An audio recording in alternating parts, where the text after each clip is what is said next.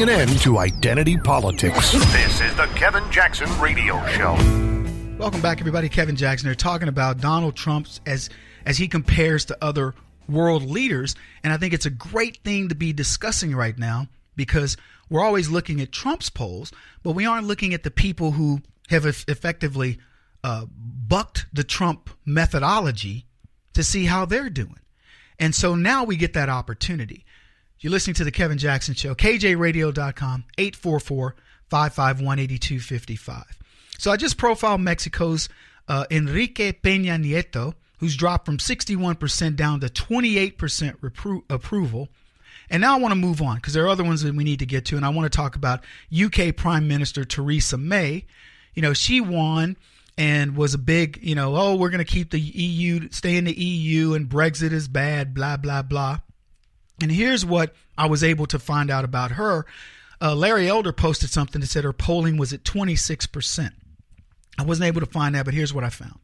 Theresa May's crisis has deepened today with a new poll showing Labour surging ahead of Conservatives, while the public now has a clear presence for Jeremy Corbyn. Now, you got to understand the Conservative parties and all that. That's different in Europe. It's actually opposite. They're liberals versus being real conservatives. But in short, the Labour Party is surging ahead of Theresa May, and it says Labour is now 5 points ahead of Tories, who are reeling from a coup launched by ex-ministers to overthrow Miss May. They're sick of her already. It says Mr. Corbyn, fresh from a conference at which he cemented his position, has a 2-point lead over Miss May in terms of who the public would prefer running the country. The numbers represent a stunning reversal in fortune for both the Tories and Labour, and the poll heaps yet more problems on top of Theresa May, whose authority has already been undermined by Boris Johnson even before her catastrophic conference speech. Now, I didn't go all into the find out all about it because, being honest, I don't give a crap about UK politics. But here's what I'll tell you. Theresa May, open borders, immigration, pro, open borders immigration, pro entitlement mentality. She is the epitome of what we consider to be a leftist here in America, and England is revolting against her. That's what you need to know. So let's move over. Let's move along in Europe, and let's talk about France. Macron, pretty boy. His poll numbers show 28% approval. Back in September, Macron saw his numbers begin to drop, at least according to Reuters. The poll conducted by IFOP for newspaper Le Journal du Dimanche showed Macron's dissatisfaction rating declining to 53% from 57%. Some 45% expressed satisfaction with the centrist leader, up from 40% in August.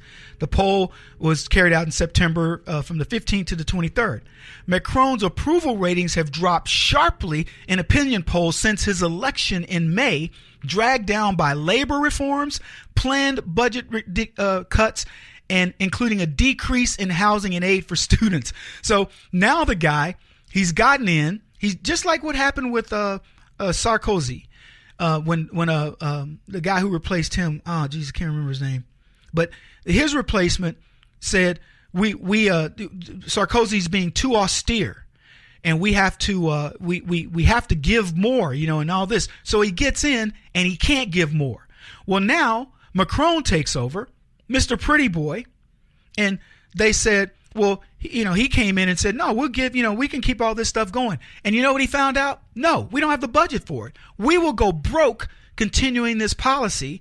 And now he's having to switch over. And in switching over, what the French have said, who are totally socialist. Oh, well, we're not going to go for that. So the irony is this guy is trying to follow Trump policy. And they thought, I don't know whether he thought because he's a pretty boy he's going to get away with it or whatever, but his population is going, no, we're too used to the freebies. By the way, America, that's where we were headed. So let's move on. Canada's Justin Trudeau's experiencing similar problems, according to Larry Elder. He posted that this guy was at a 37.9% approval. We were able to verify those numbers. So here's what we found. This was CBC Canada. They said, depending on the poll you're reading about, the Liberals are either holding a comfortable lead over the Conservatives or locked in a tight race, hobbled by attacks of the new Conservative leader, Andrew Scheer, over government's proposed tax changes. Either narrative could be very well, or reality could fit somewhere in between, as it often does. But individual polls considered in isolation only tell a small part of the story. On the whole, the data suggests the popularity of Justin Trudeau's Liberals has taken a hit. They now sit at 37.6% in the CBC's poll tracker, an aggravation of all the public available polling data. That's a recent low for the party.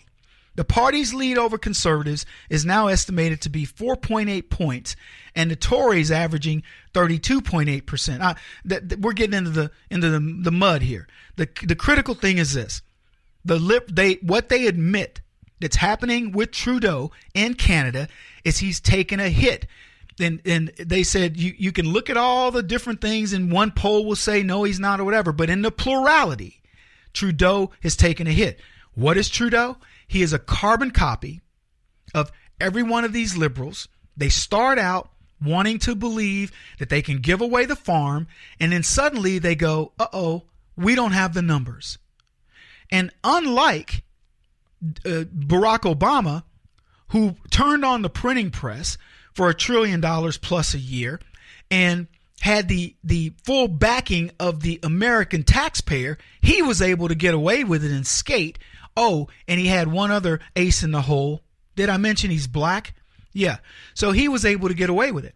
But there's no other economy that can continue to do what America did and survive. And by the way, if we had allowed Hillary Clinton to continue the policies of Obama, we would have been worse off than any of the economies we've ever talked about. We would have been worse off than when Germany went through hyperinflation. We would have been probably along the lines of Zimbabwe very quickly with hyperinflation. Now, I want you to think about, and I'm going to be talking about this at an education conference. People believe they're so smart. Let hyperinflation hit America, where we empty out the food in grocery stores, people quit manufacturing, and we hit the skids, and people have to actually go out and farm or scavenge to make a living. And you watch just how stupid you'll see this population is. There are people that would not know how to gut a fish unless somebody showed them on YouTube. I'm just telling you, we are so fortunate that we got a hold of this thing before the left could do any more damage. Anyway, I'm going to move on from Trudeau, who does, by the way, remind me of Obama. He relishes the spotlight, but he's an empty suit. And like I said, he doesn't have the American taxpayer. But let's move to Germany, where we've got Angela Merkel. And she took the most brutal beating of her politics based mostly on Muslim refugees. Because remember, last year, she had a very bad year, or the year before. She had a very bad year when all these Muslim refugees were sexually assaulting thousands of German women. And things haven't really improved for her, and the poll numbers indicated. So here's what the UK Express wrote. They said they did a survey, carried out coalition talks, breakdowns, make worrying reading for Angela Merkel. While Miss Merkel said yesterday she wanted to stand again in any new snap election, the German people appear to be turned off by the prospect. Of those polled, 54% said she should not run for office. Only 38.5% of Germans would welcome a new candidacy for Merkel. Given this report from late November, which is what I had read, I'm thinking it's only gotten worse because, she's an avowed socialist, and she's essentially gone against every single thing that Donald Trump stood for. And this is my feel, and again, there's nobody that's written anything to say my premise, which is that Trump is impacting all these other people because they now have a litmus test. They have a barometer to look at. How are we doing in comparison to America?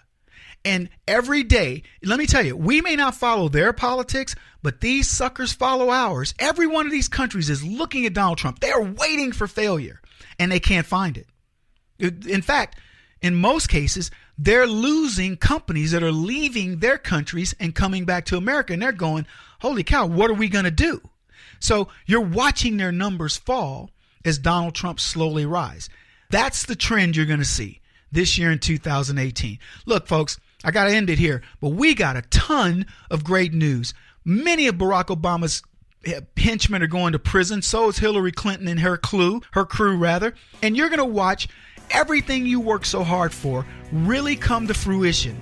In the next few weeks, you'll start seeing the reading the tea leaves, seeing the signs. Hang in there.